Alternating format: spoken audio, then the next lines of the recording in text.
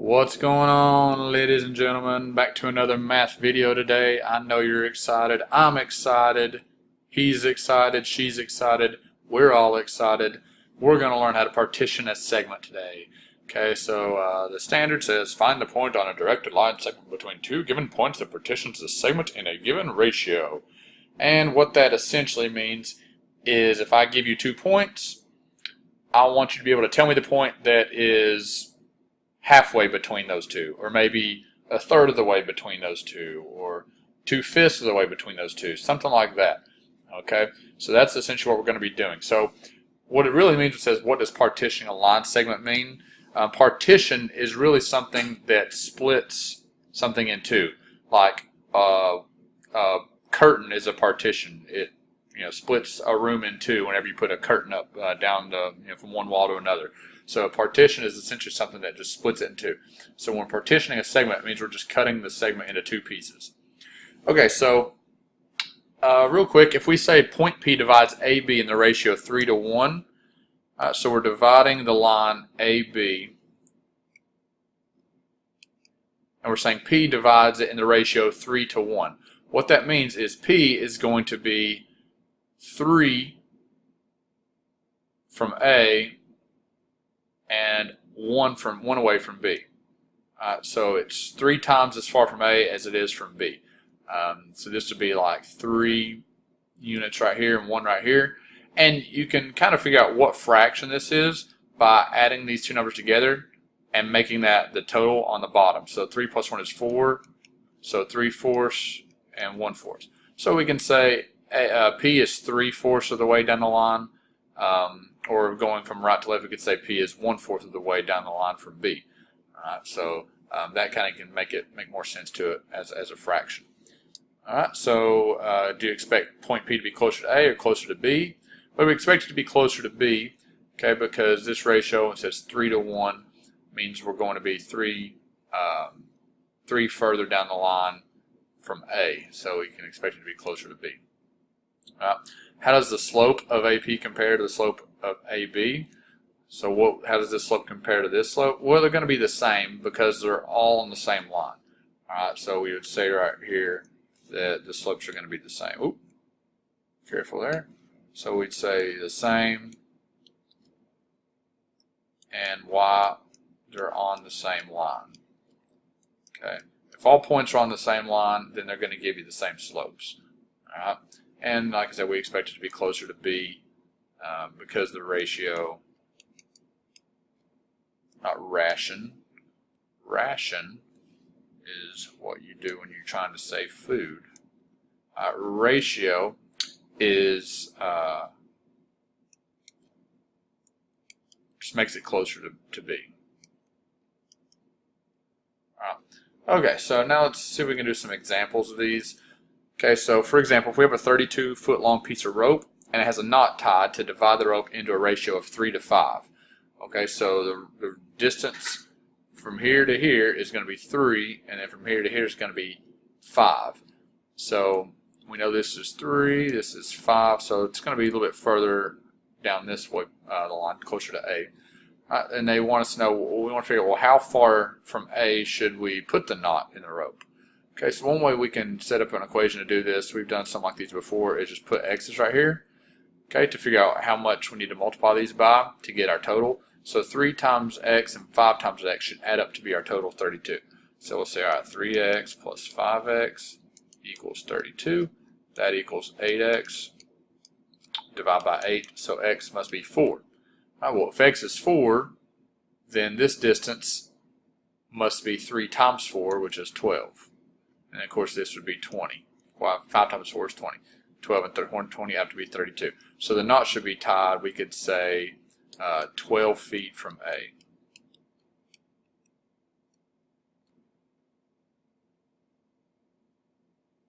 Or 12 feet from one end. You could just say, it doesn't matter which end it is.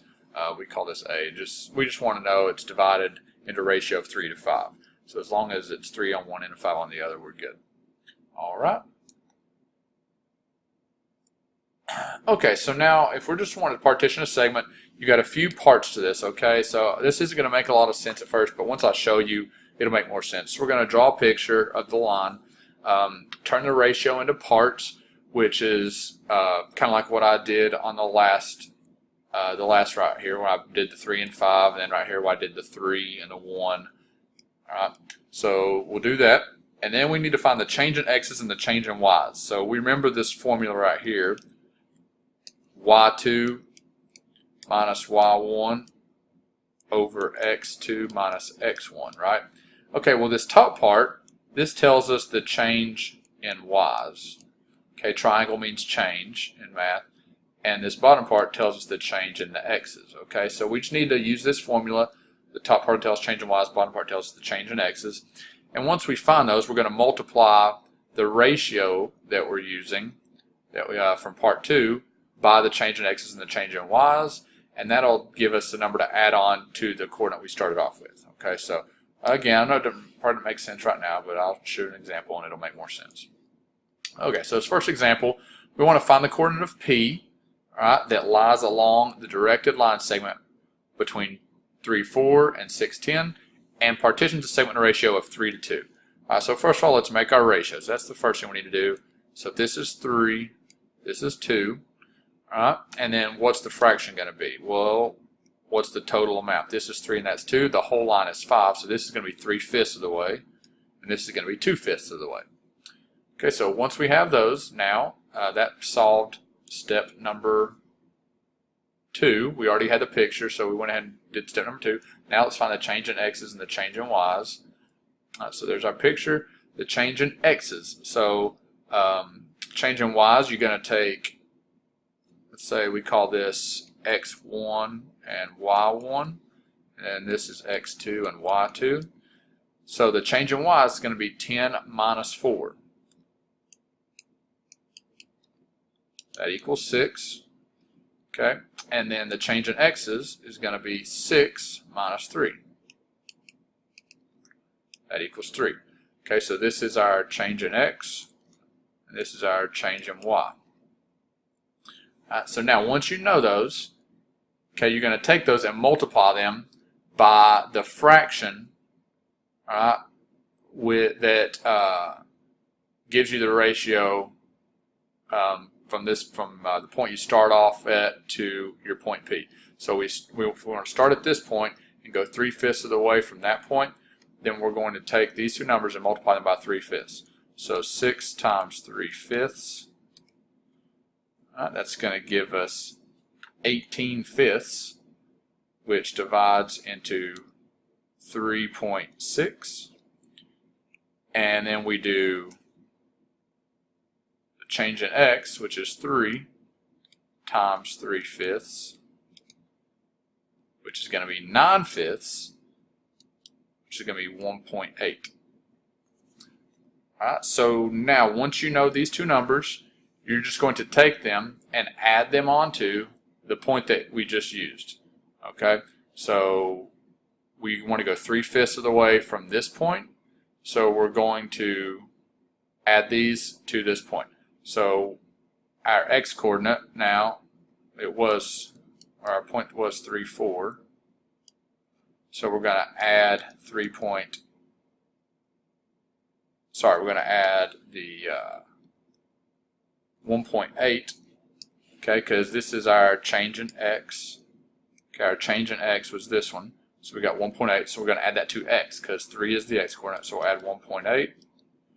And then this was our change in y, so we're going to add 3.6 to the y coordinate. And that gives us our point P.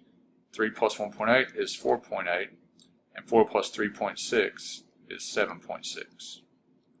Alright, so that's going to be our point P. That point P is going to be located at 4.8, 7.6. That's going to be the point where that point will partition the segment into a ratio of 3 to 2. Alright, so I know that might seem still to be a little confusing, so let's do another one. So this time we actually do have to draw the picture. So we're going to find a point Q along the directed line segment from point -3, 3. So I'm going to just put a point right here. We'll call that -3, 3. and then it goes to point 6, negative 3. So we're going to go further over here and then down here somewhere to negative 3. And so if I can draw a decent line, halfway decent, we got the idea. Okay, so we want to divide it into a ratio of 2 to 1. So that means we want to go twice as far this way. So this is going to be 2, this is going to be 1, and then we put that over the total. 2 plus 1 is 3. So we've got 2/3 and 1/3. Okay, so now we're going to find the change in x's and the change in y's. So how did y change? Well, the change in y is going to be negative 3 minus 3, which equals negative 6. And the change in x is going to be 6 minus negative 3. Minus a negative 3. Not 6 minus 3, it's minusing whatever this is. It's minusing a negative. So when I minus a negative, I know that makes a plus. So I'm going to do 6 plus 3, which gives me 9. Alright, and once you're done with those, you're going to take those new numbers and you're going to multiply them by the distance you want to travel on the line. So we want to go 2/3 of the way. So I'm going to multiply this by 2/3. And this will tell me what I need to add to the point I started off at. Okay, so negative 6 times 2/3, that's going to give me negative 4. And 9 times 2/3 is going to give me 6. Alright, so now this again was my change in y, and this was the change in x. So I'm going to add this to y and add that to x. So my point was negative 3, 3. So I'm going to add negative 4 to the y coordinate, not the x coordinate. Negative 4 to the y coordinate, and I'm going to add 6 to the x coordinate. So when I add negative 3 and 6, I get 3. When I add 3 and negative 4, I get negative 1. So this is going to be my new point Q. So this is Q. Of course, this was R and this was S. So the new point Q is going to be 3, negative 1. Alright. Okay, maybe one more example. I think you guys are getting the hang of it probably, but we'll do one more just to be sure before I turn you loose and let you guys try some on your own. Let my little chickies fly. Alright, so find the point Q along the directed line segment from point R. So point R we're going to say is negative 2, 4. And we're going to draw a line somewhere way out here to 18, negative 6. It'd be out there somewhere, hypothetically. We don't have a graph, so it's okay right now. You don't have to be exact. And then this is negative 2, 4. And guys, just to make sure you understand this a little bit, well, essentially what we're doing when we take this ratio, so this point's 3 and this is 7, so the point's going to be a lot closer to this end now. And the total is 10, because 7 plus 3 is 10. So essentially what we're doing is we're saying, okay, we want to go 3/10 of the way, but we know we've got to, go down and over some amount, right? So we've got to go down some amount to get to this point. We've got to go over some amount to get to this point. So we're really just saying to get to this point instead, just go 3/10 of the way. So instead of going, down however far, go 3/10 of that. That's how we multiply that by the change in y by 3/10. However far we go down to get to this point is the change in y, and how far we go over is the change in x. That's how much x and y change to go from this point to this point. So if we just want to go 3/10 of the way, we'll just do 3/10 times however much we should go down to get to here, and however much we should go across to get to here. Just do 3/10 of it. So that's essentially what we're doing when we multiply by the 3/10. So let's figure out now, what is that change? Okay, so the change in y, and you can do change in x first. Let's do change in x first this time. It doesn't matter. So the change in x is going to be 18 minus negative 2, which is really 18 plus 2, so that's 20. And the change in y is going to be negative 6 minus 4. Negative 6 minus 4 gives us negative 10. Okay, so there's our changes. So again, this is how much we have to go over. the change in x, how far we go over. We go over 20, but we don't want to go 20 to get to this point. We just want to go 3/10 of the way. So we're going to do 3/10 times 20, which gives us 6. So that says don't go 20, only go 6. 6 will go 3/10 of the way. And then do the same thing with the -10. Okay, because -10 is the change in y, how far down we go. We go down 10 to get to this new point. But we don't want to go down all the way. We only want to go 3/10 of the way so we get to the point right here. So we'll go -10 times 3/10. And -10 times 3/10 gives us -3. Okay, so this is saying don't go down 10, only go down 3. We don't want to lose 10, we want to lose 3. So we're going to take these two numbers and we're going to combine them with the point we start with. So we have -2, 4. We're going to add 6 because this was our change in x that we got from here, and then we're going to subtract 3 from y. So -2 plus 6 is 4, and 4 minus 3 is 1. So the point 41 is going to be our point that is partitioning the segment with a ratio of 3:7. Essentially what that means is it's 3/10 of the way along the line. Alright, so I'm going to go ahead and pause it and let you guys try the next few examples, and let me know if you have any questions. I'll come by and help you, and then you can check and see how you did. Okay, so right here we've got our points 1, 1 and 7, 3, and we got to go a ratio of 1 to 4. So we do a 1 and a 4 over the total, which is 5. Alright, so then we do our change in y, we're changing x. As you can see right here, this is the change in x. We go 6 to get here. I just counted out, just drew it. You don't have to do this. Just drew it out so you could visualize a little better. So we got to go 6 to get all the way to here, and 2 to go up. So that's our change in x, is 6. When we do 7 minus 1, we get 6. And when we do 3 minus 1, we get 2. So that's how much we change x, how much we change y. But in order to get to this point, we don't want to go all the way to this point. We just want to go to here, which is 1/5 of the way. So that's how we do 1/5 of 6. So we just go 1/5 of the way along this line, and 1/5 of 2, so we just go 1/5 of the way up. So we do 1/5 of 6 and get 1.2, 1/5 of 2 and gives us 0.4. So that tells us only go over 1.2 instead of 6, and only go up 0.4 instead of 2. So then we take those and add them to our point. This was what we got from change in x, so we add it to x.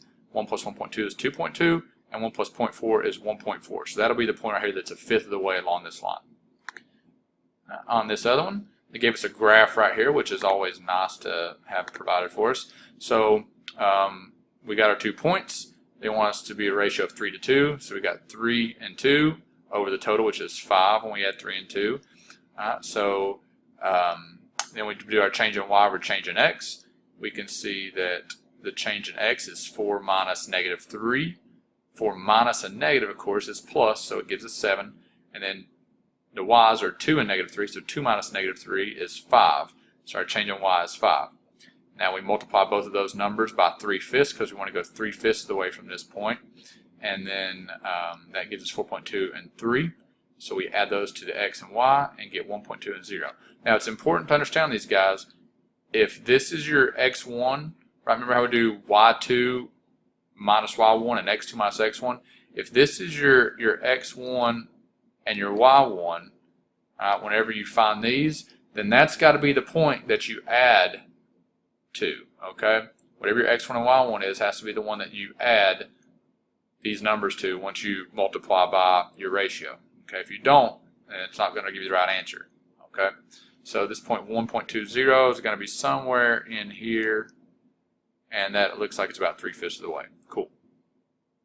All right, now this last one, a little bit tricky because they didn't tell you a ratio. They just went ahead and gave you the fraction, so it actually makes it easier. Okay, so they say find the points of P that is 3/4 of the way along the directed line segment from C to D. All right, so here's C and here's D. And he wants to go 3/4 of the way. So now we're starting with the point on the right, because it says 3/4 of the way along the directed segment from C to D. So we're starting at C and going to D. So we got to go 3/4 of the way this way. So this is 3/4, that's 1/4. So now this is our x1 and our y1, because that's the point we're starting at. It said to go from this point, right? So we got to do x1, y1 on this point. So when we do y2 minus y1, 4 minus -5 gives us 9 for our change in y. and change in x. Negative 3 minus 6 gives us negative 9 for our change in x.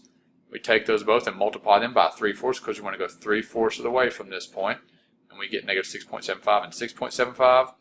Add those to x and y, which of course got to be the original point we started at, and that gives us our new point that's going to be 3/4 of the way along the line, negative 7.5, negative 0.75 and 1.75. All right, so before we practice all this, just got to do one quick thing real quick. So this is how you find an endpoint if they give you the other endpoint and the midpoint. So essentially what they're doing here is they're saying, hey, here's the end, here's the middle, where's the other end at? Okay, so they say the endpoint is negative 9, 7, and then the midpoint is at 10, negative 3. They're wanting us to figure out, well, what's the other endpoint over here? What's it got to be?